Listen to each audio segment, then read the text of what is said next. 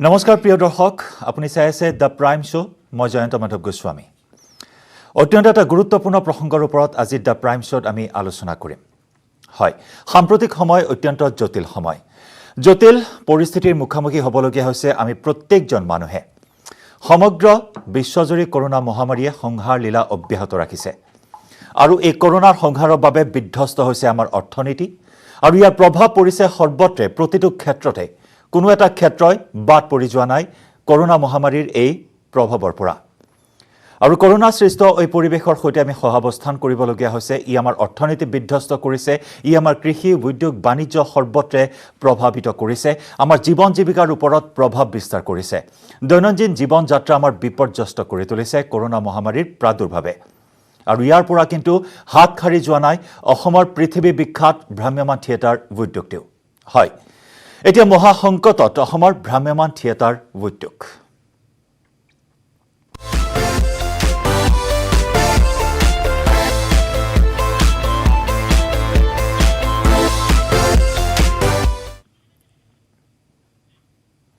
হয়, এতিয়া মহাসংকটত অসমৰ ভ্ৰাম্যমান থিয়েটাৰ উদ্যোগ। অসমীয়া জাতিৰ ধ্বজাবাহক, অসমীয়া জাতিৰ দাপোন স্বৰূপ এই ভ্ৰাম্যমান থিয়েটাৰ এতিয়া মহাসংকটত পৰিছে। আৰু এই মহাসংকটৰ গৰাহৰ পৰা আমি এই উদ্যোগটোক কেনেদৰে ৰিভাইভ কৰিম বা পুনৰুদ্ধাৰ কৰিব পাৰিম, এইখিনি মুহূৰ্তৰ কিন্তু সবাতোকৈ ডাঙৰ প্ৰশ্ন আৰু এটা অত্যন্ত গুৰুত্বপূৰ্ণ বিষয়বস্তু। আৰু এই বিষয়বস্তুটোৰ ওপৰতে আজি আমি আলোচনা কৰিম।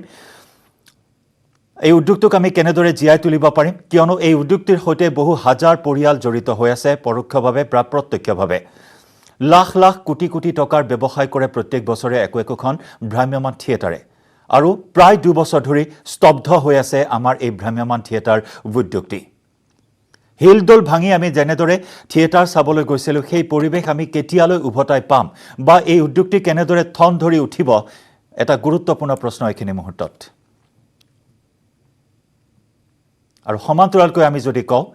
অসমৰ চলচ্চিত্ৰ উদ্যোগটিও কিন্তু একেদৰেই বিপৰ্যস্ত হৈ পৰিছে বৰ্তমান। ভ্ৰাম্যমান থিয়েটাৰ আৰু চলচ্চিত্ৰ উদ্যোগ, এই দুয়োটা বিষয়ৰ ওপৰতে আমি আজি আলোচনা কৰিম, নিৰ্মোহ বিশ্লেষণ কৰিম কিছু। আৰু আলোচনা কৰিবলৈ আজি ষ্টুডিঅ'লৈ আমি আমন্ত্ৰণ জনাই আনিছোঁ জনপ্ৰিয় অভিনেতা, সমান্তৰালকৈ নাট্যকাৰ তথা পৰিচালক চম্পক শৰ্মা ডাঙৰীয়া। আপোনাক স্বাগতম জনাইছোঁ। আমাৰ সৈতে আছে থিয়েটাৰ ভাগ্যদেৱীৰ প্ৰযোজক বা প্ৰযোজক সন্থাৰ ফালৰ পৰা সুবোধ মজুমদাৰ ডাঙৰীয়া। আপোনাক স্বাগতম। জনপ্ৰিয় অভিনেত্ৰী তথা বিশিষ্ট অভিনেত্ৰী কবিতা চুতীয়া, আপোনাক স্বাগতম। লগতে আছে আমাৰ সৈতে অত্যন্ত জনপ্ৰিয় বিশিষ্ট অভিনেতা প্ৰদীপ নিশ্চিত ডাঙৰীয়া, আপোনাকো স্বাগতম জনাইছোঁ। আৰু লগতে কিছু সময় পিছত আমাৰ সৈতে তেজপুৰৰ পৰা সংযুক্ত হ'ব পোনপটীয়া সম্প্ৰচাৰত অসমৰ চলচ্চিত্ৰ জগতৰ জনপ্ৰিয় তথা বিশিষ্ট অভিনেতা অৰুণ নাথ ডাঙৰীয়াও।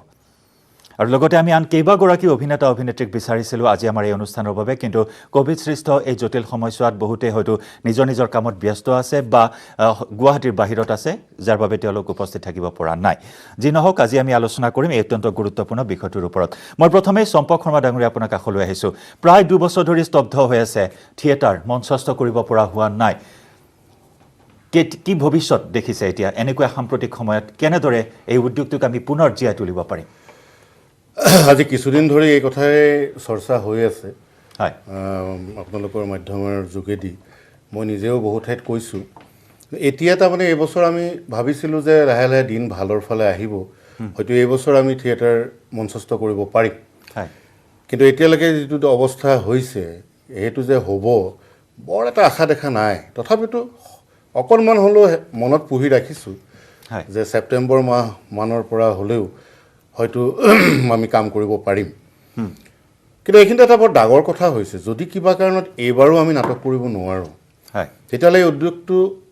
অহা বছৰো যদি পৰিৱেশ ভাল হয়, তেনেহ'লে ইয়াক থন ধৰি উঠোৱাত বহু কষ্ট হ'ব। কাৰণ বহুখিনি মানুহ নিজৰ নিজৰ কৰ্মক্ষেত্ৰ বাছি লৈছে এতিয়া। কাৰণ মানুহটো এনেই থাকিব নোৱাৰে, বিশেষকৈ আমাৰ দৰে এনেকুৱা এটা থলুৱা উদ্যোগত কাম কৰা খিলঞ্জীয়া মানুহখিনি সদায় পেটে পেটে খাই থকা মানুহ। আমাৰ ইয়াত কোনো পুঁজিপতিও নাই, মানে বহুত টকাৰ গৰাকীও নহয় শিল্পীসকল, বা যিসকল তলৰ ৱৰ্কাৰ্ছ আছে, আমাৰ টেকনিচিয়ান আছে, তেওঁলোকে বছৰি কামটো কৰে, সেইকেইটা টকাৰে বছৰটো চলে। কিন্তু এতিয়া আজি 2 বছৰ ধৰি স্তব্ধ হৈ পৰাত তেওঁলোকে নিজে একোখন কৰ্মক্ষেত্ৰ বাছি লৈছে বুলি মই ভাবোঁ। কাৰণ এনেইতো বহি থাকি দিন পাৰ কৰিব নোৱাৰে। গতিকে এনে ক্ষেত্ৰত আকৌ মানুহখিনিক এই উদ্যোগটোলৈ আনিবলৈ হ'লে কিছু কষ্ট কৰিব লাগিব গতিকে তথাপিতো আমি ইমান এটা পুৰণি আমাৰ এটা সংস্কৃতি আমি কেতিয়াও বন্ধ হৈ যাবলৈ দিব নালাগে ইয়াৰ কাৰণে বহুতে বহু ধৰণৰ কিছুমান কথা চিন্তা চৰ্চাৰ মাজলৈ আনিছে যেনে নতুন SOP যদি আমাক কিছুমান নিয়ম বান্ধি দিয়ে যে এনেকৈ হ'লেও আপোনালোকে কাম কৰক বা হিল্লোল ভাঙি মানুহ নাহিলেও কম মানুহৰ মাজত হ'লেও আপোনালোকে এইবাৰ অন্তত উদ্যোগটোৰ স্বাৰ্থত আপোনালোকে আগবাঢ়ক তেতিয়াও 2-4জন প্ৰডিউচাৰে কাম কৰাৰ পক্ষপাতিত আছে মই ভাবোঁ উদ্যোগটোৰ স্বাৰ্থত ভ্ৰাম্যমাণ থিয়েটাৰৰ ভৱিষ্যতৰ স্বাৰ্থত যদি পৰিৱেশ ভাললৈ আহে তেনেহ'লে সকলো থিয়েটাৰ নোৱাৰিলোঁ অন্তত কেইখনমান থিয়েটাৰ হ'লেও তেওঁলোকে নিজৰ লাভ লোকচানৰ কথা চিন্তা নকৰি কেনেকৈ চলাব পাৰি এই কথাটো অকণ চিন্তাৰ বিষয় একমাত্ৰ জীয়াই ৰখাৰ স্বাৰ্থত উদ্যোগটো জীয়াই ৰখাৰ স্বাৰ্থত নতুন SOPৰ মাধ্যমেৰে আমি কেনেদৰে আগুৱাই লৈ যাব পাৰোঁ এটা চিন্তা চৰ্চা কৰাৰ এক অত্যন্ত গুৰুত্বপূৰ্ণ সময় এয়া মই মজুমদাৰ ডাঙৰীয়া আপোনাৰ কাষলৈ আহিছোঁ এগৰাকী প্ৰযোজক হিচাপে যদি আপুনি এই মুহূৰ্তত কয় বৰ্তমান কিমান কেইখন থিয়েটাৰ আমাৰ চালুকীয়া অৱস্থাত আছে যিহেতু বছৰত কোটি কোটি টকাৰ ব্যৱসায় কৰা হয় কিন্তু সেই ব্যৱসায় সম্পূৰ্ণৰূপে স্তব্ধ হৈ পৰিছে পেণ্ডেলৰ খুঁটা পুতাৰ পৰা পেণ্ডেলৰ বাঁহ পুতাৰ পৰা প্ৰযোজকগৰাকীলৈ এক দীঘলীয়া আপোনালোকৰ বহুকেইটা পৰিয়াল জড়িত হৈ আছে গতিকে তেনেস্থলত এই উদ্যোগটিৰ ক্ষেত্ৰত যি প্ৰত্যাহ্বান আহিছে তাক কেনেদৰে আঁতৰাব পাৰি আমাৰ আচলতে এতিয়া আমি ভ্ৰাম্যমাণ থিয়েটাৰ প্ৰযোজক সন্থাত 24খন থিয়েটাৰ আছে এই 24খন থিয়েটাৰ সুন্দৰভাৱে চলিয়ে আছে আৰু তাৰ উপৰিও কিন্তু আৰু বিভিন্ন থিয়েটাৰ সন্থাত নথকা থিয়েটাৰৰ বিভিন্ন আছে অন্ততঃ কিজানি 30-40খন হ'ব কিজানি মুঠতে আৰু এতিয়া আমি এই মুহূৰ্তটোত চম্পক শৰ্মাই কোৱাৰ দৰে কথাটো যে এক দোদুল্যমান অৱস্থাত আছোঁ আমি আজি কিছুদিনলৈকে মনটো এটা বান্ধি লৈছিলোঁ তাৰমানে যে বছৰ কিবা কৰি হ'লেও তাৰমানে অন্ততঃ ভ্ৰাম্যমাণ থিয়েটাৰটো বচাই ৰখাৰ স্বাৰ্থত এই বৃহৎ উদ্যোগটো যিটো আমাৰ স্বাভিমান অসমৰ স্বাভিমান এই ভ্ৰাম্যমাণ থিয়েটাৰটো এই ভ্ৰাম্যমাণ থিয়েটাৰ বচাই ৰখাৰ স্বাৰ্থত আমি প্ৰতিজন প্ৰযোজকে আমি ভাবিছিলোঁ যে আমি 4 মাহ বা 5 মাহৰ কাৰণে হ'লেও কৰিম কিন্তু এতিয়া অকণমান মনটো ভাঙিছে বা যে আজি কিছুদিনৰ পৰা আৰু যিটো বেমাৰৰ আৰু মানে গতি লৈছে যোৱা বছৰটো এনেকুৱা টাইমত অকণমান ভালৰ পিনে আহিছিল এই পৰিৱেশটো এতিয়াতো এই বছৰটো এতিয়ালৈকে কোনো ধৰণৰ পৰিৱেশ নাই সেই স্বাৰ্থৰ মানে এতিয়া আৰু বিভিন্ন আমাৰ আৰ্টিষ্টবিলাক মানে বিভিন্ন কৰ্মক্ষেত্ৰত জড়িত হৈও পৰিছে বিশেষকৈ মঞ্চকৰ্মী আৰু আমাৰ যিবিলাক কাৰিকৰী কৰ্মীবিলাক এইবিলাকে মই নিজে গম পাওঁ মই নিজেও বহুতৰ লগত ইতিমধ্যে মই সংযোগ হৈও থাকোঁ মই মানে কথা বাৰ্তা পাতি থাকোঁ এই তেওঁলোকে বিভিন্ন কামত ব্যস্ত হৈছে আৰু সংগীত শিল্পীখিনিও বিভিন্ন কামত ব্যস্ত হৈছে গতিকে আমি এতিয়া যদি আমি এই ছেপ্টেম্বৰত কৰিব লাগে এটা যদি ভাল পৰিৱেশ হয়ও তাত আৰু এটা ডাঙৰ সমস্যা আছে আমাৰ প্ৰযোজকবিলাকৰ কথা কৈছোঁ আমাৰ যিটো তাৰমানে এই বস্তুবিলাক আমি যে 2 বছৰ যে আমাৰ পৰি থাকিলে বস্তুবিলাক শিবিৰৰ কথা মই বাদেই দিলোঁ শিবিৰবিলাকৰতো অৱস্থা চাব নোৱাৰা হৈছে কাৰণ আমাৰ 1.5 মাহৰ কাৰণে শিবিৰবিলাক আমি অস্থায়ীভাৱেই আমি ৰাখোঁ শিবিৰবিলাকতো চাব নোৱাৰা হৈছে তাৰোপৰি আমাৰ যিবিলাক সামগ্ৰী এই কাঠৰ মঞ্চ কাঠৰ আমাৰ ছেটিংছবিলাক যে প্ৰকাণ্ড ষ্টেজৰ ওপৰত যিবিলাক আমাৰ ঘৰ দেখা পায় আমাৰ প্লাইউডেৰেহে বনোৱা হয় এইবিলাক আৰু দ্বিতীয়তে যিবিলাক আমাৰ লাইট আৰু মিউজিক আৰু সাউন্ডৰ যিবিলাক বস্তু এইবিলাক বস্তু আজি 2 বছৰ এনে কৰি বাকচৰ ভিতৰত সোমাই আছে আৰু জানেই আপোনালোকে যে এইবিলাক বস্তু ফাংগাছ হ'লে আৰু তাৰমানে তাক সম্পূৰ্ণ নতুন কৰিব লাগিব তাক মানে আৰু ভাল কৰাৰ সম্ভৱ নহয় গতিকে এই মুহূৰ্তত মই ভাবোঁ এই বছৰ যদি থিয়েটাৰ নহয় অহা বৰ্ষত মই চাগে মোৰ ব্যক্তিগত কথা কৈছোঁ মই কিজানি কৰিব নোৱাৰিম আৰু ভাগ্যদেৱী কিজানি আৰু মানে নেক্সট তাৰমানে 22-23ৰ পৰা আৰু মই মানে বন্ধ কৰিব লাগিব মই কৰিব নোৱাৰিম এক হতাশজনক খবৰ বা হতাশজনক পৰিস্থিতি দ্বিতীয় লহৰ চলি আছে বা তৃতীয় লহৰৰ কথা কোৱা হৈছে তৃতীয় লহৰ আহিলে কি পৰিস্থিতি হ'ব সেয়া সহজে অনুমান কৰিব পৰা যায় গতিকে এনে দুৰ্যোগৰ সময়ত আমি আমাৰ এই শিল্পটোক আমাৰ স্বাভিমানটোক কেনেদৰে পুনৰ জীয়াই তুলিব পাৰিম অত্যন্ত এটা গুৰুত্বপূৰ্ণ বিষয় মই কবিতা চুতীয়া আপোনাৰ কাষলৈ আহিছোঁ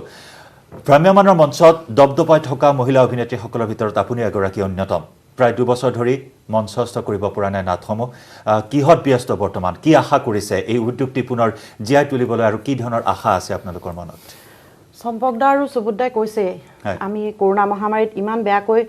আমাক মানে আৰ্থিকভাৱে আমাক জুৰুলা কৰি পেলাইছে বৰ্তমানতো আমি এতিয়া কাম বিচাৰিলেও বেলেগ কাম আমি কি কাম কৰিম আমাকতো কোনো এতিয়া কাম নিদিয়ে আৰু ইমান বছৰ থিয়েটাৰ থকাৰ পিছত বেলেগ কিবা কাম কৰিম বুলি মই অন্তত ভবা নাছিলোঁ মানে এনেকৈ হঠাতে থিয়েটাৰবিলাক বন্ধ হৈ যোৱাৰ কাৰণে অকণমান হতাশাত ভুগিছোঁ মাজে মাজে মানে এনেকুৱা আজি অলপ দিনৰ আগতে ধৰক এটা নিউজ পালোঁ এই মৰিগাঁও ডিষ্ট্ৰিক্টৰ ধলপুৰত কিছুমান মানুহে মানে আৰ্থিক অনাটনত ভুগি নিজৰ দেহৰ অংগ বিক্ৰী কৰিবলগীয়া হৈছে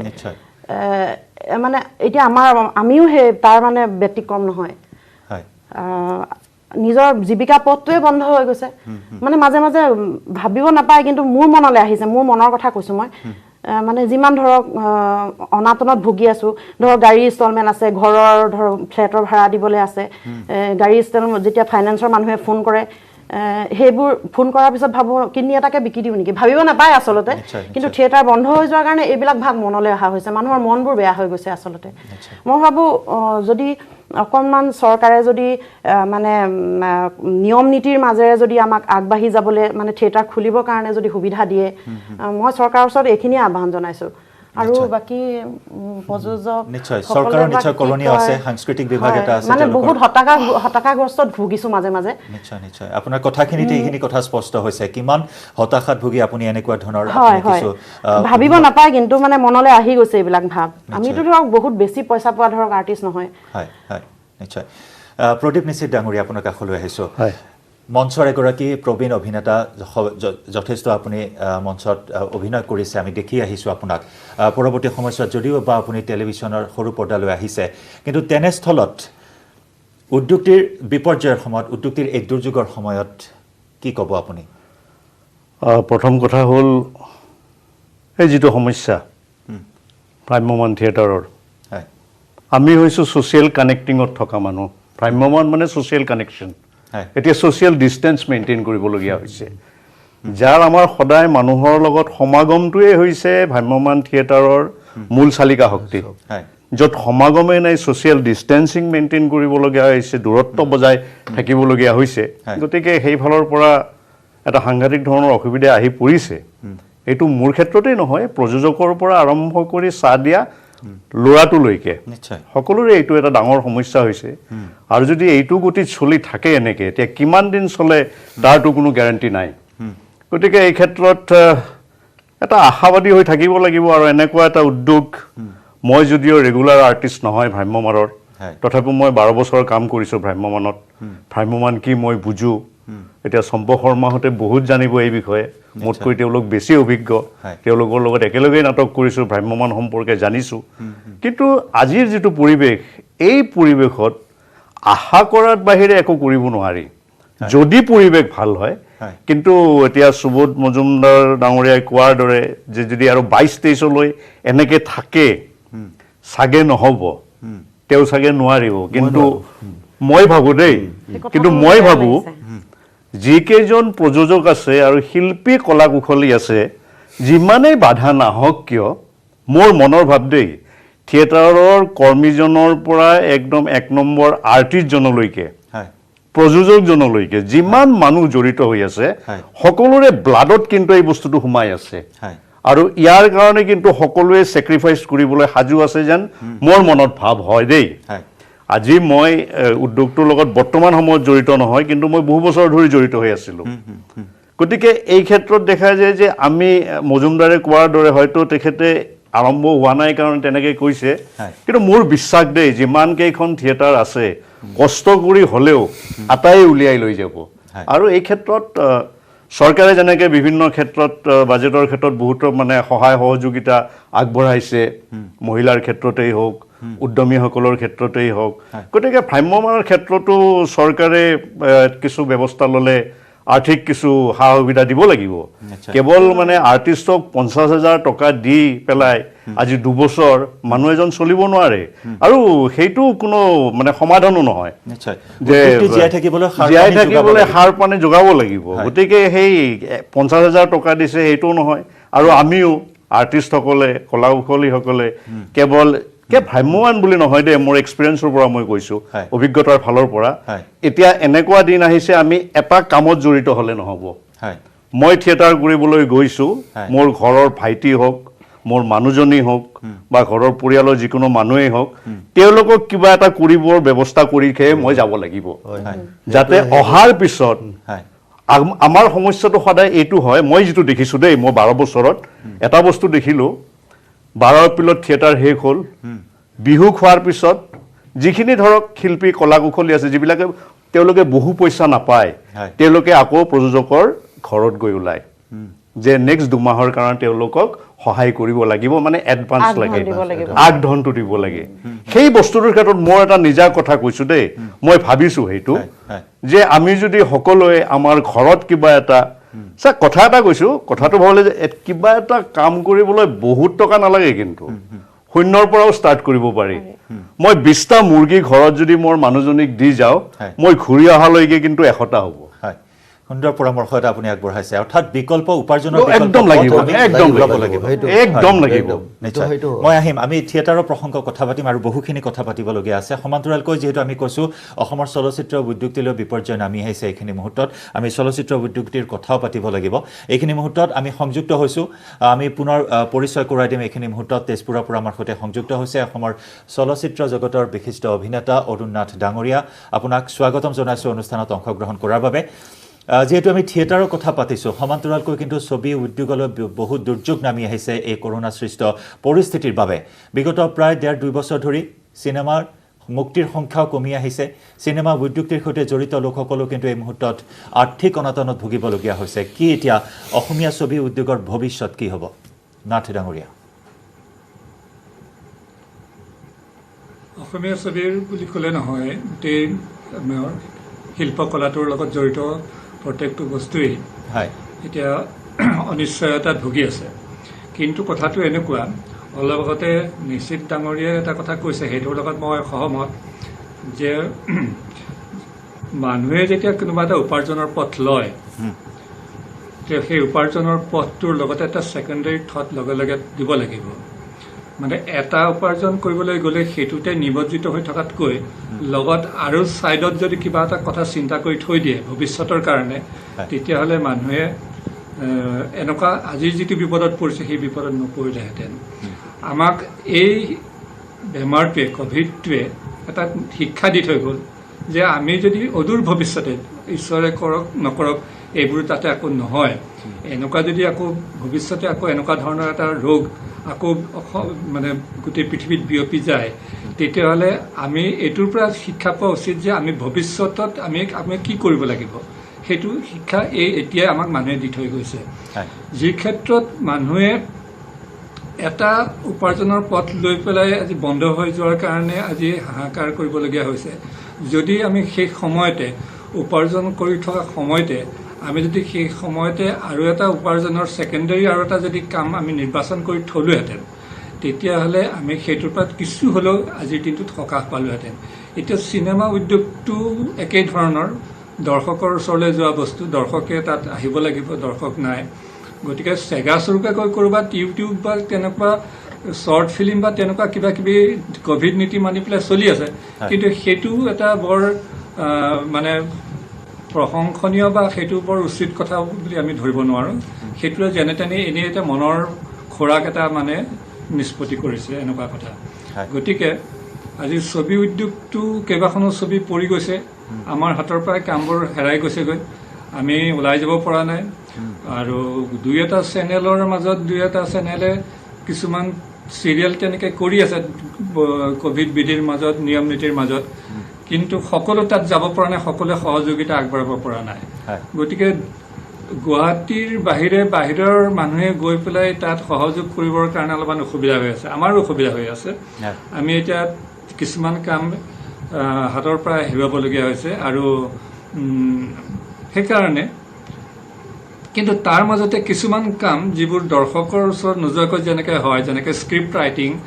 নাইবা এডিটিং এনেকুৱা কিছুমান কাম কিন্তু ছবি জগতৰ যিবোৰ হ'ব লাগে সেইবোৰ কিন্তু মানুহে কৰি আগবঢ়াই থৈ দিছে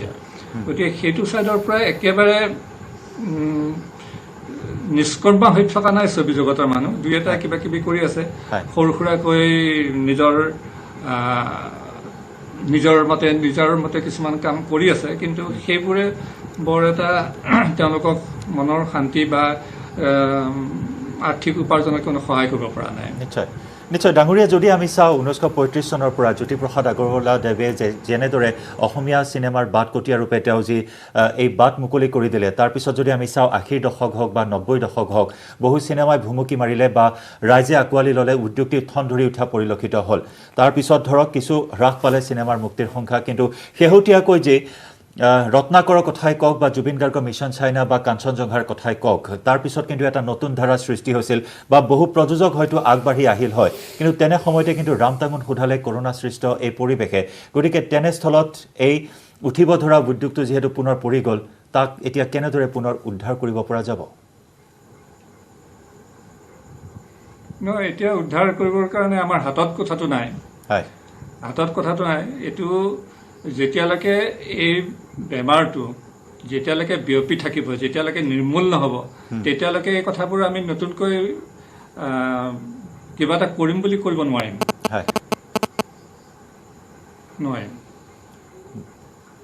নিশ্চয় অত্যন্ত এটা চিন্তনীয় বিষয় এইখিনি মুহূৰ্তত, ছবি উদ্যোগ হওক বা ভ্ৰাম্যমান থিয়েটাৰ উদ্যোগেই হওক। চম্পক শৰ্মা ডাঙৰীয়া, যিহেতু আমি বহুত আগৰ পৰাই আপোনাৰ নাটকসমূহ চাই আহিছোঁ বা আপোনাৰ সৃষ্টিসমূহ চাই আহিছোঁ, পৰিচালক হিচাপে, আপোনাৰ নাট্যকাৰ হিচাপে বহুকেইখন নাটকে খলকনি সৃষ্টি কৰিছে, তেজাল হাতৰ পৰা আৰম্ভ কৰি বহু নাটক আপোনাৰ চাইছোঁ, অভিনয় চাই আহিছোঁ। গতিকে তেনেস্থলত তেওঁ যিহেতু এটা দুচিন্তা প্ৰকাশ কৰিছে যে এতিয়া ছ'চিয়েল মিডিয়াৰ যোগেদি তেওঁলোকে কিছু স্থল আছে মুক্তি দিয়া বা তেনেকুৱা ধৰণৰ বা OTT প্লেটফৰ্মৰ কথা যদি আমি কওঁ, কিন্তু থিয়েটাৰৰ ক্ষেত্ৰত তেনেকুৱা ধৰণৰ কিবা বিকল্প থাকিব পাৰে নেকি? থিয়েটাৰটো তেনেকুৱা বিকল্প মই দেখা নাপাওঁ। হয়, থিয়েটাৰ এটাই ভাবোঁ, যিহেতু ছ'চিয়েল ডিষ্টেঞ্চ এইটো মেইনটেইন নকৰাকৈ আমাৰ থিয়েটাৰবিলাক হয় সদায়। এইটো আচলতে অকণমান আগতে নিশ্চিতভাৱে কৈছে যে এইটো অডিয়েঞ্চ কানেক্টিং, এটা পাব্লিকৰ লগত মানে ওতঃপ্ৰোতভাৱে জড়িত এটা আমাৰ মাধ্যম। তথাপিতো যিটো মই কথা ক'লোঁ যে আগৰ দৰে নাভাবি, আগতে আমাৰ 2000 কেপাচিটি থাকে এটা হলত, এতিয়া যদি আমি ছ'চিয়েল ডিষ্টেঞ্চ মেইনটেইন কৰি 1000 কেপাচিটি কৰোঁ, যদি চৰকাৰৰ নিয়ম নীতি যেনেকৈ চেনিটাইজ কৰা, মাস্ক পিন্ধি, এখন চকীৰ মাজত এৰি, এনেকুৱাকৈ কিছুমান নিয়ম লৈ পেলাইও আমি কাম কৰিব পাৰোঁ। এতিয়া আমি ফেষ্টিভেল পেণ্ডেলবিলাকত 2টা 3টা 4টালৈকে শ্ব' কৰা আমাৰ আছে। গতিকে মই ভাবোঁ যিবোৰ ঠাইত আমি সদায় এটা দৰ্শনীয়ে কৰোঁ, তাত যদি আমি মানুহখিনিক ভাগ কৰি 2টা দৰ্শনী কৰিব পাৰোঁ, তেতিয়াও আমাৰ কিছু সকাহ হ'ব। আৰু এটা কথা ঠিক, এতিয়া কবিতা চুতীয়াই যিটো কথা ক'লে অতি দুখৰ কথা, যে বেলেগ কাম কৰিবলৈ একো ৰাস্তাই বিচাৰি পোৱা নাই। তেওঁ অতি দুখেৰে কৈছে যে দেহাৰ এটা অংগ বিক্ৰী কৰাৰ কথালৈকে তেওঁ ভাবিবলগীয়া হৈছে। গতিকে অন্ততঃ আগতে যি পা পইচা লৈ কাম কৰিছিল সেইখিনি কথা নাভাবি চলি থাকিব পৰাকৈও অন্ততঃ কিবা এটা যদি পায়ো উদ্যোগটো কৰ্মৰত হৈ থাকে, তেতিয়া কবিতা চুতীয়াৰ দৰে ভবা শিল্পীসকলে বহুখিনি সকাহ পাব। আছে ইয়াৰ মাজতো 2-4জন এনেকুৱা শিল্পী আছে যি থিয়েটাৰ কৰি থকাৰ মাজতে আমাৰ অৰুণ দাই কোৱাৰ দৰে বিকল্প চিন্তাও কাষত থৈছিল। তেনেকুৱা দূৰদৰ্শী মানুহো আছিল বা তেওঁলোকৰ সুবিধাও আছিল। মই মোৰ নিজৰ ক্ষেত্ৰতে কওঁ,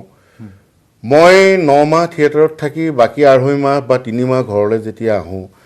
তেতিয়া বিহুটো খাই উঠেই মই আকৌ কলম ধৰিব লাগে স্ক্ৰিপ্টৰ কাৰণে। গতিকে বেলেগ কথা ভাবিবলৈ মই একেবাৰে সময় নাপাওঁ।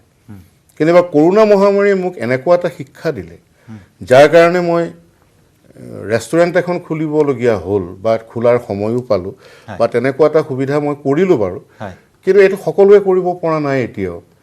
গতিকে কাইলৈ মই থিয়েটাৰলৈ গ'লেও মোৰ পেৰেলেলি কাষত এটা ব্যৱসায় চলি থাকিব, মই নাথাকিলেও চলাৰ ব্যৱস্থাটো মই কৰিছোঁ। আৰু সকলোৱে যে এইটো কৰিব পাৰিব সেইটো নহয়, কিন্তু আমাৰ লক্ষ্য বা উদ্দেশ্য এইটো নহয়। আমাৰ উদ্দেশ্যটো হৈছে,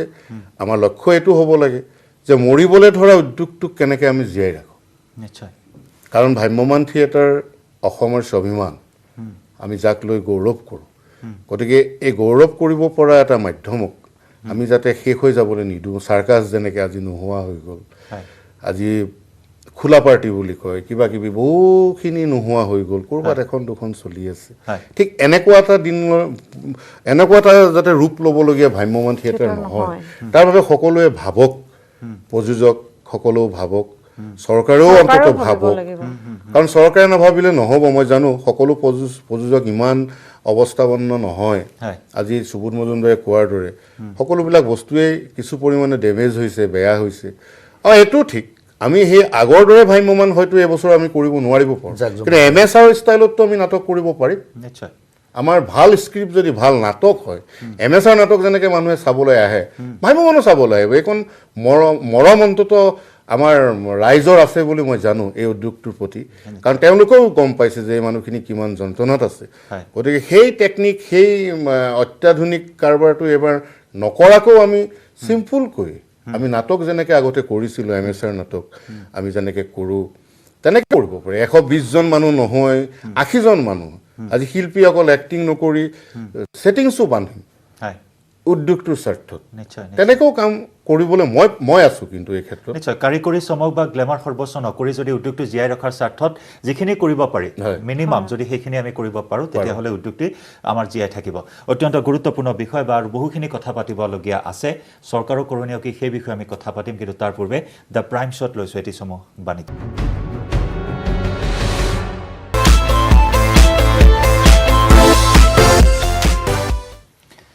বিৰতিৰ পিছত পুনৰ স্বাগতম আপুনি চাই আছে আজি দ্য প্ৰাইম শ্বট অত্যন্ত এটা গুৰুত্বপূৰ্ণ বিষয়ৰ ওপৰত আৰু সেয়া হৈছে মহাসংকটত অসমৰ ভ্ৰাম্যমাণ থিয়েটাৰ উদ্যোগ আৰু এইখিনি কথাই আমি আলোচনা কৰি আছোঁ আজি আমাৰ ষ্টুডিঅ'ৰ মজিয়াত মই মজুমদাৰ ডাঙৰীয়া পুনৰবাৰ আপোনাৰ কাষলৈ আহিছোঁ বিৰতিৰ পূৰ্বে চম্পক শৰ্মা ডাঙৰীয়া যিখিনি কথা ক'লে অত্যন্ত গুৰুত্বপূৰ্ণ বিষয় আমি এই শিল্পটোক এই কলাটোক জীয়াই থাকিবলৈ আমি নাটক কেইখন হ'লেও MSRৰ আৰ্হিত আমি উপস্থাপন কৰিব পাৰোঁ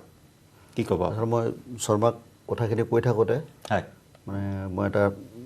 এতিয়া ক'লোঁ থেংকছ শৰ্মা যেনেকৈ কৈছে আমি দৰকাৰ হ'লে আমি ছেটিংছ দাঙি MSRৰ দৰে আমি ছেটিংছ দাঙিবও লাগিব পাৰে হয় এইটো তাৰমানে এতিয়া কথাটো হৈছে কি এইটো আমি সঁচা অৰ্থত কিন্তু এইটো এটা ভয়ানক কথাত আছোঁ সেইটোও এটা আমাৰ কিন্তু সাংঘাতিক চিন্তা যে আমি আজি থিয়েটাৰটো কৰি দিম কৰি দিয়াৰ পিছত যদি শিল্পীখিনিয়ে যদি আকোৰগোজ হয় এইটো কিন্তু এটা মই কিন্তু হেৰিটো কৈছোঁ সেইটো মোৰ এটা মনত আছে কুদনি এটা আছে যদি শিল্পীখিনিয়ে যদি পটক কৰি আকোৰগোজ হৈ যায় মোক এনে মই এইখিনি হ'ব মোক এইখিনি লাগিবই তাৰমানে তেনেকুৱা যদি আকোৰগোজ হৈ যায় কাৰণ এই মুহূৰ্তটোত থিয়েটাৰ কৰিব লগা হ'লেও আহ্বায়ক কমিটিৰো এটা কথা আছে দেই কিন্তু আহ্বায়ক কমিটিও আমাক কেনেধৰণে আহ্বান কৰিব সেইটো এটা সাংঘাতিক কথা আছে কাৰণ আমি আহ্বায়ক কমিটিবিলাকৰ এই মহামাৰীৰ সময়ত এই কৰোণাৰ সময়ত আমাক 100 জন মানুহ আমি এখন গাঁৱত যাম গৈ পিনে আমি তাতে আমাক ৰাখে নে নাৰাখে সেইটো এটা সাংঘাতিক কথা আমি যেনিবা আমাক মাননীয় মুখ্যমন্ত্ৰী মহোদয়ে এটা আশ্বাস দিছে যে আমি থিয়েটাৰৰ শিল্পীখিনিক ভেকচিনাইজ কৰাই দিব এইটো প্ৰত্যেকটো শিবিৰত গৈ পিনে যদিহে কৰাৰ এটা পৰিৱেশ হয় মানে কৰাই দিব আৰু সেইটোত মানে আমি অন্তত সেই চাৰ্টিফিকেটখন অন্তত ল'ব পাৰিম আমি যে আমি এই হৈ আছোঁ কিন্তু কথা হৈছে কি এতিয়া এই মুহূৰ্তটোত মোৰ অকণমান এই খুদনি আমি তাৰমানে মোৰ ব্যক্তিগত এক কথা যে আমি থিয়েটাৰ কৰিলে সঁচা অৰ্থত আমি আজিৰ পৰা 10-15 বছৰ আগত যিটো ধাৰাত থিয়েটাৰ চলি আছিলে সেই ধাৰাটো অকণমান আনিব লাগিব এতিয়াৰ দৰে অত্যাধুনিক যিটো আমি তাৰমানে ৰং ৰহস্য কৰি উঠিব লাইটৰ চমক নৃত্যৰ চমক কাৰিকৰীৰ চমক এইবিলাক এৰি পিনে যিটো তেজীমলাৰ নিচিনা নাটক বেউলাৰ নিচিনা নাটকো তাৰমানে ভ্ৰাম্যমাণ থিয়েটাৰত হিট হৈছিলে আমাৰ শৈশৱতে ধেমালিতে মমতাৰ চিঠি মাতাল ঘোঁৰা এইবিলাক নাটকতো ধুনীয়া কৰি চলিছিলে তেতিয়াতো কোনো ধৰণৰ তাতে সেইদৰে আছিলে গডফাদাৰ মানে গুপ্তঘাতক এইবিলাক নাটকটো আমাৰ কোনো ধৰণৰ তাত টেকনিক নাছিলে কোনো ধৰণৰ নৃত্যৰ সমান নাছিলে সেইবিলাক নাটকতো চলিছিলে তেতিয়া গতিকে মই ভাবোঁ যদি আমি কিন্তু এনেকুৱা এটা হয় প্ৰথমতে চম্পক শৰ্মাই কৈছে যে এনেকুৱা অনুষ্ঠান বিভিন্ন হৈ আছে মই কিন্তু আপোনালোকৰ এই মঞ্চৰ জৰিয়তে এটা মই এই মাধ্যমটোক আপোনালোকৰ চেনেলবিলাকক মই এটা আহ্বান কৰোঁ এনেকুৱা আলোচনা আপোনালোকে কিন্তু কিছু আহ্বায়ক কমিটি আৰু আমাৰ মেনেজমেণ্টৰ মানুহ মাতি পিনেও আপোনালোকে এই আলোচনা অকণমান পতাৰ চেষ্টা কৰিব মই তেখেতসকলৰো মতামতটো অকণমান দৰকাৰ আচলতে তেখেতসকলেও তাৰমানে তেখেতসকলে আমাক ব্যৱসায়টো আচলতে কিন্তু কমিটিয়ে দিয়ে দেই আমাক মাতি নিপিনে আমি কিন্তু নিজে এখন মৰুৱাত মোৰ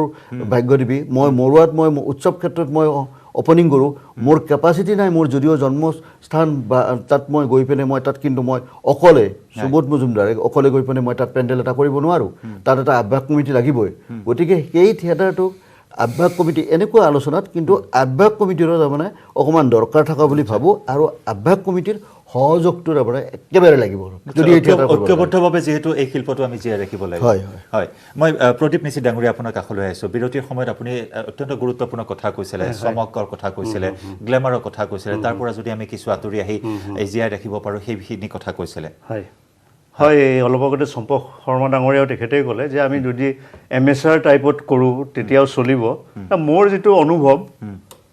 আজি থিয়েটাৰৰ একদম প্ৰকৃত সত্যটো কৈছোঁ দৰ্শক কমিছে আপোনাৰ 15 বছৰৰ পৰা 25 বছৰ বয়সলৈ যিখিনি ল'ৰা ছোৱালী আছে য়াং জেনেৰেশ্যন তেওঁলোকে থিয়েটাৰ চাবলৈ নিবিচাৰে আমি যিটো চমক এতিয়া আমি দেখুৱাই আছোঁ থিয়েটাৰৰ আজি 10 বছৰ ধৰি এই যিখিনি ল'ৰা ছোৱালী আছে আজিৰ জেনেৰেশ্যন তেওঁলোকে ইণ্টাৰনেটত ৱৰ্ল্ডৰ ইমান বস্তু দেখিছে ৱৰ্ল্ড ফিল্ম দেখিছে ৱৰ্ল্ড চিনেমা চাইছে তেওঁলোকৰ কাৰণে এই বস্তুটো তেওঁলোকৰ মানে কাৰিকৰী চমক নহয় এইটো ফকতীয়া কাৰবাৰ বুলি মই ক'ব খোজোঁ তেওঁলোকৰ মতে যদি আমি মজুমদাৰে কোৱাৰ দৰে যে আমি 15 বছৰ আগৰ দৰে যদি নাটক কৰোঁ হয় আমি এতিয়া যদি ভ্ৰাম্যমান থিয়েটাৰ বচাই ৰাখিব লাগে এই ক্ষেত্ৰত মই আহ্বায়ক সমিতি যিখিনি আছে সন্মানীয় সমিতি সকলোকো মই কৈছোঁ আপোনালোকে এই যে সুধে কোন আছে গ্লেমাৰ কোন আছে গ্লেমাৰ কোন আছে অত্যন্ত এই প্ৰশ্নটোত মই কিন্তু আচৰিত নো ডাউট এজন ভাল অভিনেতা থাকিলে তেওঁৰ প্ৰতি আকৰ্ষণ থাকিব মানুহৰ কিন্তু এজন চিনেমাৰ মানুহ লাগিব এজন চিৰিয়েলৰ মানুহ লাগিব আৰে ভাই নাটক চাব বিচাৰে যে নাটকৰ মানুহ চাওক না আপোনালোকে গতিকে আহ্বায়ক কমিটিৰো ইয়াত এটা গুৰুত্বপূৰ্ণ তেওঁলোকৰ যোগদান থাকিব লাগিব কোন আছে সুধিব নালাগে নহয় থিয়েটাৰৰ এক্টৰ আছে কোন আছে চম্পক শৰ্মা আছে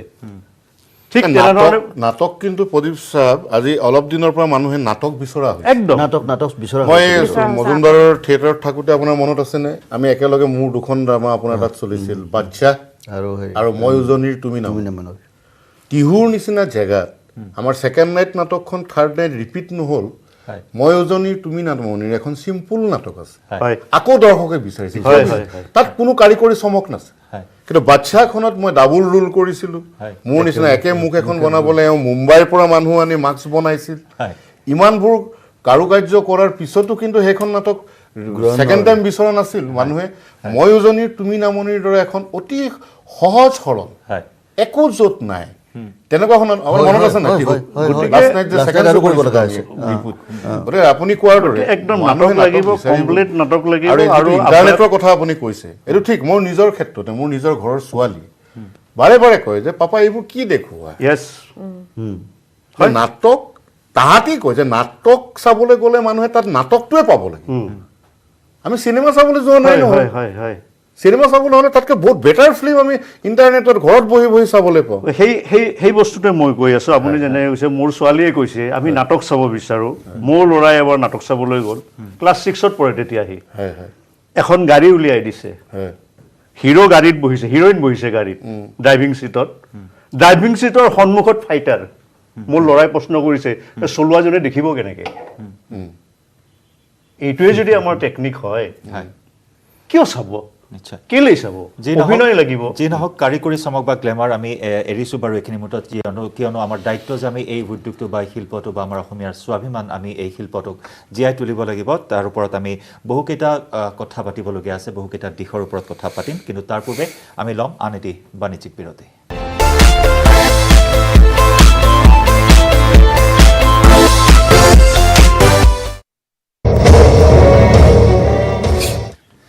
বিৰতিৰ পিছত আপোনাক পুনৰ স্বাগতম আপুনি চাই আছে দ্য প্ৰাইম শ্ব' আৰু প্ৰাইম শ্ব'ত আমি কথা পাতি আছোঁ আজি মহাসংকটত অসমৰ ভ্ৰাম্যমান উদ্যোগ আৰু চিনেমা উদ্যোগ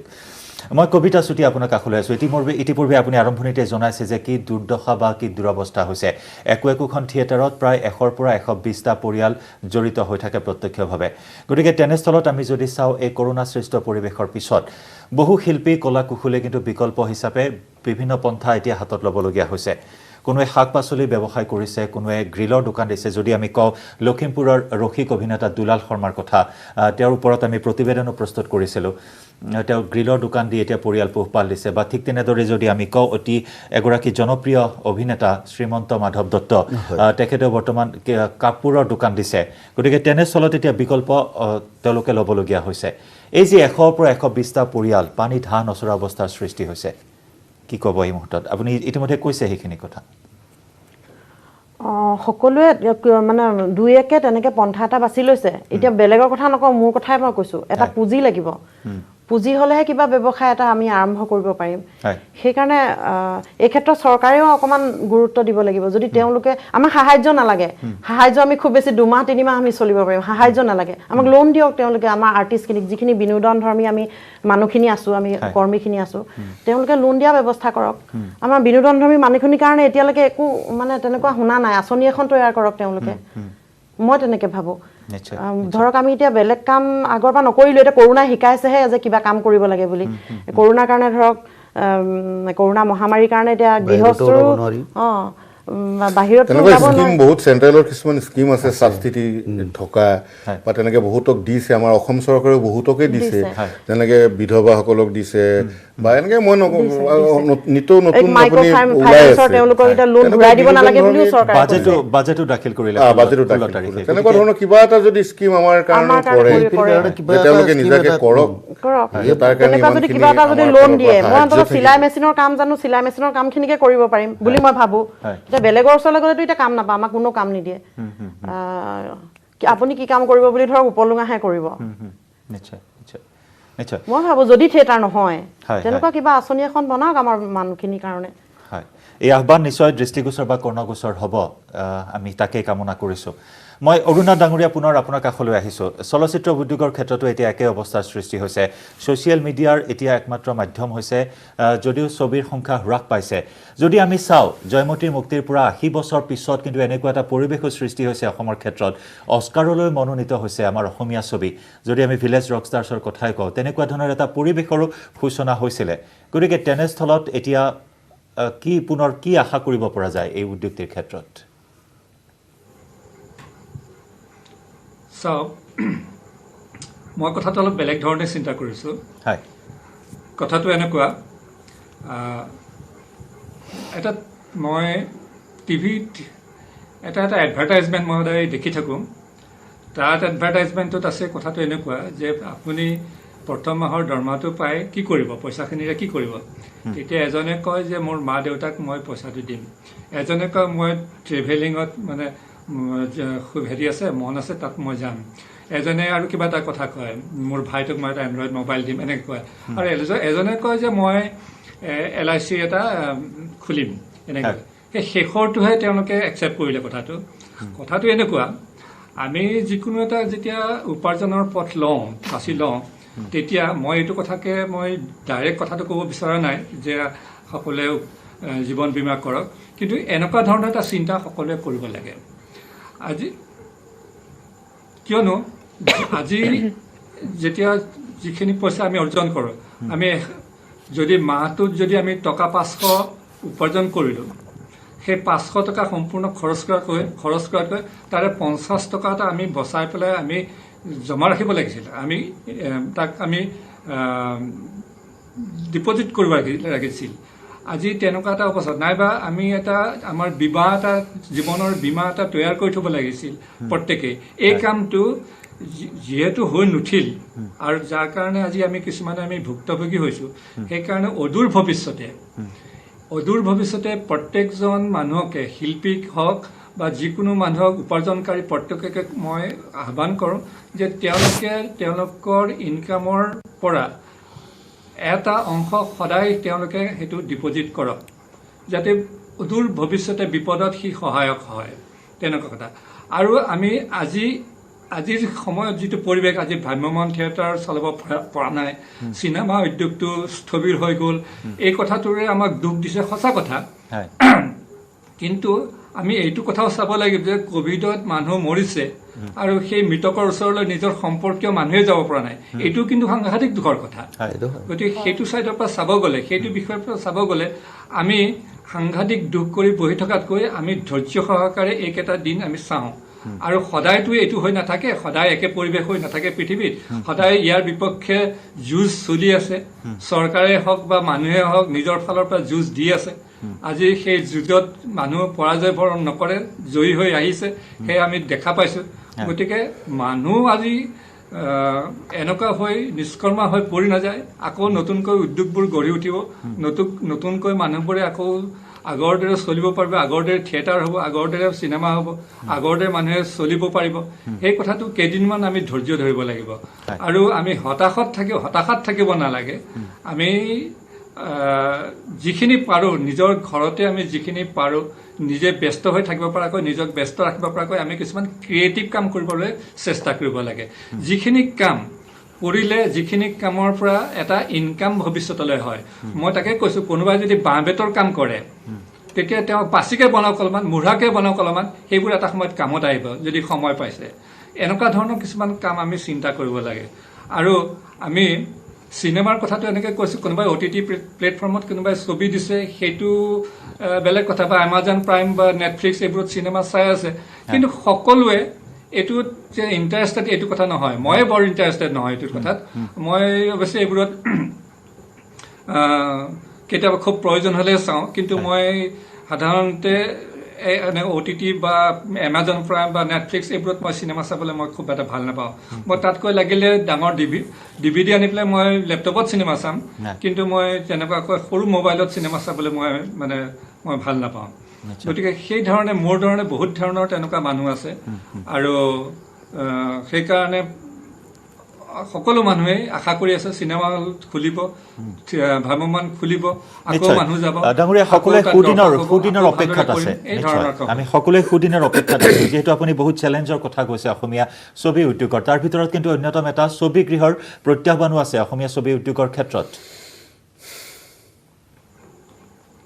কি ক'লে? ছবি গৃহৰ কিন্তু এটা বৃহৎ প্ৰত্যাহ্বান আছে অসমীয়া চলচ্চিত্ৰৰ ক্ষেত্ৰত। হয়, ছবি গৃহবোৰ, ডাঙৰ ডাঙৰ ছবি গৃহবোৰ এতিয়া সৰু হৈ পেলাই মাল্টিপ্লেক্স হৈ আছে। আৰু সেইটো হ'বই লাগিব। এতিয়া সময়ৰ লগত নতুন টেকন'লজিৰ লগত এইবোৰ খাপ খাব পৰাকৈ আজিকালি হৈছে। আৰু আজিকালি এতিয়া য়ং জেনেৰেশ্যন আছে, ফেচিনেশ্যন এটা আছে, তেনেকুৱা ধৰণৰ ছবি গৃহলৈ মানুহবোৰ যায়। গতিকে উদ্যোগ কেতিয়াও মৰি নাযায়, কাৰণ আজিৰ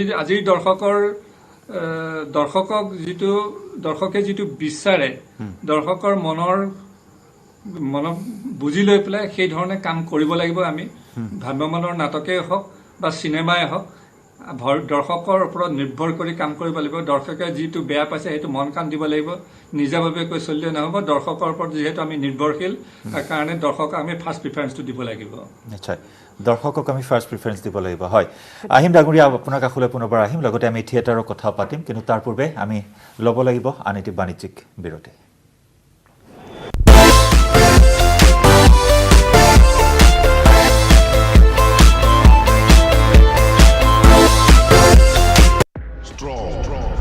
মানে জানেনে মাইথন ষ্ট্ৰং মানে মাইথন নিৰ্মাণৰ মানদণ্ড।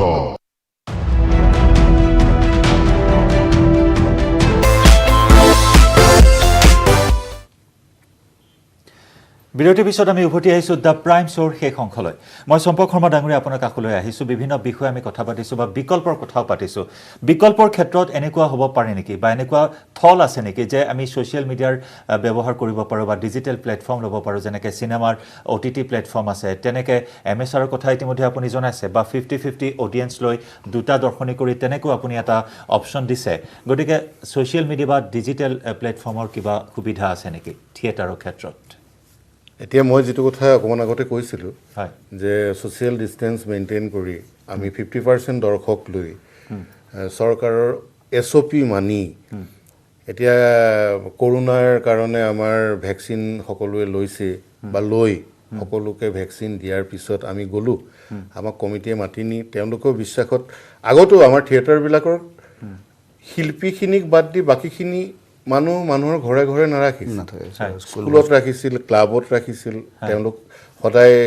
তেনেকৈ থাকে কেইজনমান আৰ্টিষ্টক বা এনেকৈ ধৰক 10-12টা ৰুম লাগিছিল কিন্তু পিছৰ ফালে বহুতে অকলে থাকিবলৈ লোৱাৰ কাৰণে ৰুমো বহুত লগা হ'ল ঠিক তেনেকৈ আমাৰ গ্ৰীণ ৰুমবিলাকতো গ্ৰীণ ৰুমৰ সংখ্যাও বাঢ়ি গ'ল এই বস্তুবিলাকে আচলতে আজি যে বিপৰ্যয় নমাই আনিছে ইয়াৰ ক্ষেত্ৰত এটা আমাৰ শুধৰণি হোৱাৰ সুবৰ্ণ সুযোগ বুলি মই ক'ম কাৰণ সেইবোৰ বাদ দি তাহানি নটৰাজ থিয়েটাৰ কেনেকৈ কৰিছিল ভাগ্যদেৱীৰ প্ৰডিউচাৰ আজি বহি আছে তেখেতৰ দেউতাকৰ দিনত থিয়েটাৰ কেনেকৈ কৰিছিল তেওঁলোকে সদায় নাটক কৰিছিল সেইবিলাক নাটকত ইমান এইবিলাক অত্যাধুনিক কাৰবাৰ নাছিল সুন্দৰ নাটক কৰিছিল এতিয়া আজি কেইবছৰমান ধৰি মই কৈ আছোঁ বহু দৰ্শকে কয় যে দাদা যে নাটক চাবলৈ পোৱা নাই আপোনালোকক চাবলৈ আহোঁ কিন্তু নাটকৰ নামত বহুত কিবা কিবি দেখোঁ কিন্তু এইবোৰ আচলতে আঁতৰে আমি আচলতে নাটকহে বিচাৰোঁ এনেকুৱা ধৰণৰ কথা কিছুমান সেইখিনি ঘূৰাই অনাৰ কাৰণে কিন্তু খুব ভাল এটা সুবিধা আহিছে আৰু এই কৰাৰ এটা সময়ো আমাৰ হাতত আছে যিহেতু কৰোনা যদি কিবা কাৰণত লাহে লাহে নিৰাময় হয় আৰু ডিজিটেল কথাটো যে ক'লে সেইটো এটা আছে স্কোপ নোহোৱা নহয় আমি দুখন মঞ্চ লৈ পেলাই আমি ৰেকৰ্ডিং কৰি আমি নাটক আমি ডিজিটেল আকাৰেও হেৰি কৰোঁ কিন্তু সেইটো আমাৰ ব্যৱসায় নহ'ব সেইটো কৰ্মত আমাৰ শিল্পীসকল বা কলা কুশলীসকলক আমি জীয়াই ৰাখিব নোৱাৰিম কাৰণ ই চিনেমা নহয় কাৰণ ইখনৰ পিছত সিখন কৰি থাকিব কাৰণ নাটক বুলি কোৱাৰ লগে লগে বিভিন্ন মানে এটা শ্বটতে টেক হ'ব লাগিব কাৰণ আমি এখন মঞ্চ যেতিয়া স্ক্ৰীন দাঙিম সি চিনটো শেষ নোহোৱালৈকে সি গাবই লাগিব তাৰমানে মুখস্থ কৰিবৰ কাৰণে আমাৰ ৰিহাৰ্চেলৰ সময় লাগিব কিন্তু আমাৰ চিনেমা বা চিৰিয়েলৰ ক্ষেত্ৰত সেইটো নালাগে আমি কাট কৰি পেলাই জইণ্ট লগাই পেলাই এটা বস্তু ৰেডি কৰি উলিয়াই দিলোঁ কিন্তু সেইটো নাটকৰ ক্ষেত্ৰত নহয় গতিকে ডিজিটেল কাম কৰাটো আমাৰ কাৰণে সম্ভৱ নহয়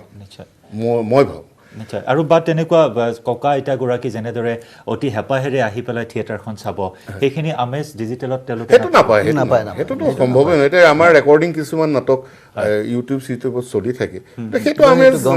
মই নিজেই নাপাওঁ লাইভ শ্ব'টোৰ কথাটোৱে বেলেগ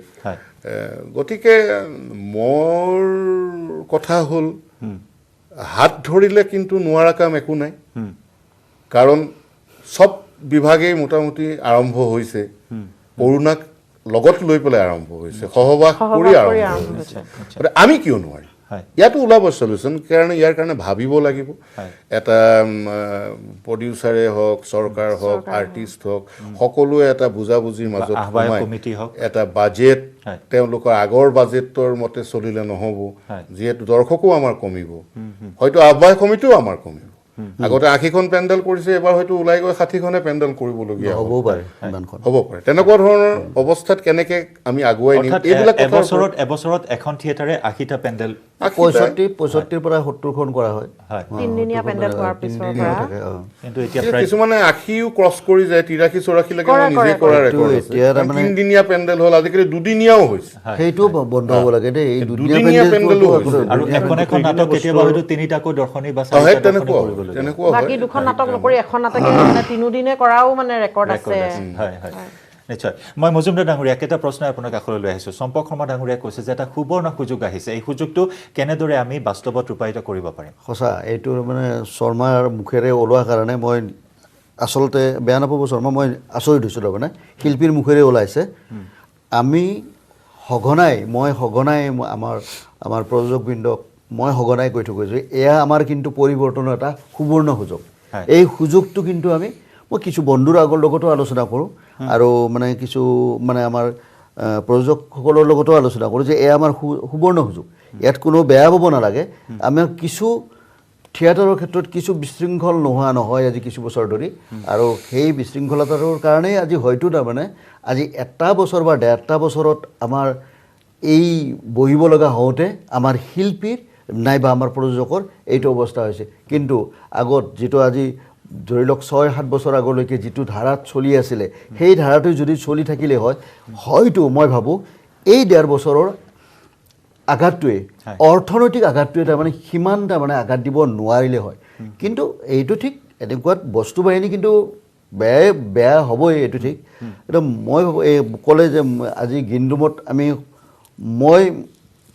মোৰ বেয়া লাগে তাৰমানে আজি গ্ৰীণ ৰুমত গৈ পিনে এতিয়া মেক্সিমাম থিয়েটাৰৰ গ্ৰীণ ৰুমত দেখা পাওঁ, গ্ৰীণ ৰুমবিলাকত এই গোটেই ভাগ তাৰমানে এইটো যদিও আজিৰ কথাটোৰ প্ৰাসংগিকতা নাই, কিন্তু তাৰ মাজতে কিন্তু প্ৰাসংগিকতা আছেও। ক'ত এইটো ইয়াত যাব অমুকটা এটা আৰ্টিষ্ট, ইয়াত যাব এটা অমুকটা আৰ্টিষ্ট, প্ৰত্যেকে কৈ গ্ৰীণ ৰুম ভগাই দিব লগা হোৱাৰ ফলত এটা আহ্বায়ক কমিটিয়ে আৰু সেই গ্ৰীণ ৰুমৰ বেখাৰটো অকণমান বঢ়াই দিব লগা হৈছে, য'ত বেখাৰটো বঢ়াই দিয়াৰ লগে লগে তাত এটা টেণ্ট হাউচক আৰু অকণমান পইচা বেছি দিব লগা হৈছে। আজি কিছু সংখ্যক শিল্পীক আমাৰ বিভিন্ন সা সুবিধাত বেছি ৰাখিব লগা হৈছে, বহুত শিল্পীক সা সুবিধাত ৰাখিব লগা হৈছে। 10 কিলোমিটাৰ 12 কিলোমিটাৰ আঁতৰত হোটেলত গৈ পিনে ৰুমত ৰাখিব লগা হৈছে। তাৰ ফলত কমিটিয়ে সেই অৰ্থক্ষয় হয় তাত, আৰু সেইটো আল্টিমেট গৈ পিনে কিন্তু আমাৰ ওপৰতে প্ৰেছাৰ পৰে, প্ৰযোজকৰ ওপৰতে প্ৰেছাৰ পৰে এই প্ৰেছাৰটো এনেকুৱা। কিন্তু শিল্পীয়ে কিন্তু গম নাপায়, শিল্পীয়ে ভাবে যে কমিটিয়ে ৰাখিলে ৰুমটোত, কিন্তু প্ৰযোজকতকৈ গোটেই বোজাটো ল'ব লগা হয় দৰ্শকে। প্ৰযোজকসকলে এটা বাজেট ল'বলৈ বাধ্য হয়, সেই বস্তুটো কমিটিৰ আগত যেতিয়া গৈ পেলাই সন্মুখীন হয়, কমিটিয়ে সেই পইচাখিনি দিবলৈ যাওঁতে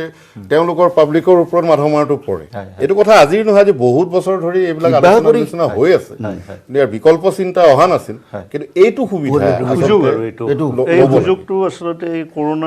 তাৰ পিছতো কিন্তু মানুহে টিকেট কাটি হিলডল ভাঙি চাবলৈ আহিছিল। অসমীয়া জাতিৰ আৱেগ অনুভূতি বিজড়িত হৈ আছে বা আৱেগ অনুভূতি প্ৰকাশ পায় একোখন নাটকৰ যোগেদি। চমুকৈ মাত্ৰ আমাৰ হাতত এটা 1 মিনিট সময় আছে, নিশ্চিত ডাঙৰীয়া চমুকৈ শেষত কি আহ্বান জনাব? মই শেষত এটাই কথা ক'ম, এইটো নিৰাশ হ'ব নালাগে। এইটো আমাৰ কেৱল ভ্ৰাম্যমানৰ সমস্যা নহয়, গোটেই পৃথিৱীৰে এইটো এটা সমস্যা হৈছে। কিন্তু এই সমস্যাটো পাৰ হোৱাৰ পিছত থিয়েটাৰ যদি চলিব লাগে ভালকৈ, মোৰ মনৰ ভাৱ দেই, মই চমুকৈ কৈছোঁ, থিয়েটাৰত এই যে চমকটো আছে, কাৰিকৰী কৌশল, এইবিলাক কৰি লাভ নাই। নাটক কৰা মানুহ ৰাখক, ভাল অভিনেতা ৰাখক, কি পইচা দিয়ে নিদিয়ে সেইটো অভিনেতাজনৰ আৰু প্ৰযোজকজনৰ মাজৰ কথা। অডিয়েন্সে সদায় এখন ভাল নাটক চাবলৈ বিচাৰে, গতিকে তেওঁলোকক ভাল নাটক উপহাৰ দিয়ক, আগৰ দৰে পৰিৱেশ ঘূৰাই আনক, আৰু এই ঘূৰাই অনাৰ কাৰণে কিন্তু প্ৰযোজকসকলৰ দায়িত্ব আছে, আৰু নাটকৰ ক্ষেত্ৰত সচেতন হওক। আৰু এটা কথা এইখিনিতে কৈছোঁ যে নতুন শিল্পীৰ সৃষ্টি কৰিব লাগিব ভ্ৰাম্যমানত। কবিতা চুতীয়া ডাঙৰীয়া, একদম সময় কম, শেষত চৰকাৰৰ প্ৰতি কি আহ্বান? চৰকাৰৰ প্ৰতি মানে সম্পূৰ্ণ নিয়ম নীতি মানি থিয়েটাৰ হ'বৰ কাৰণে মানে সুযোগ দিব লাগে। নিশ্চয়। অৰুণনাথ ডাঙৰীয়া, শেষত অনুষ্ঠান আমাৰ সামৰিবৰ হৈছে, শেষত চিনেমা উদ্যোগৰ ক্ষেত্ৰত চৰকাৰৰ প্ৰতি আপোনাৰ কি আহ্বান থাকিব? চৰকাৰেতো আমি বিচৰা মতে একো কৰিব নোৱাৰিব, আমি যিটো বিচাৰিছোঁ চৰকাৰেতো দিব নোৱাৰিব, গতিকে আমি চৰকাৰৰ ওপৰত আশা কৰি থকা নাই। কিন্তু কথাটো হ'ল কি, যদি সোনকালে আমাৰ মানে এই ৰোগবোৰ নিৰাময় হয়, তেতিয়াহ'লে আমি সোনকালে কামবোৰ কৰিম, আৰু তাত যাতে চৰকাৰৰ ফালৰ পৰা যাতে কোনো অসুবিধাৰ সৃষ্টি মানে বাধাৰ সৃষ্টি নাথাকে, সেইটোৱে কথা। চৰকাৰৰ ডাইৰেক্ট আমাক একো সহায় কৰা নাই বা কৰিব পৰা নাই, এইটো আমি চৰকাৰক আৰু কি বুলি ক'ম। ধন্যবাদ, অশেষ ধন্যবাদ জ্ঞাপন কৰিছোঁ অনুষ্ঠানত অংশগ্ৰহণ কৰাৰ বাবে। সকলোৱে এতিয়া সুদিনৰ অপেক্ষা কৰিছে, আকৌ পুনৰ ঠন ধৰি উঠক ভ্ৰাম্যমান থিয়েটাৰ উদ্যোগ, আৰু পুনৰ শুভ দিন আহক অসমীয়া চলচ্চিত্ৰ উদ্যোগলৈ, তাৰে আশা তাৰে কামনা সকলোৰে। আটাইকে ভাল দিনৰ বাবে শুভকামনা আৰু শুভেচ্ছা জ্ঞাপন কৰি আজি অনুষ্ঠানৰ পৰা বিদায় লৈছোঁ। অনুষ্ঠানত অংশগ্ৰহণ কৰাৰ বাবে ধন্যবাদ জ্ঞাপন কৰি অনুষ্ঠানৰ পৰা বিদায় লৈছোঁ। নমস্কাৰ।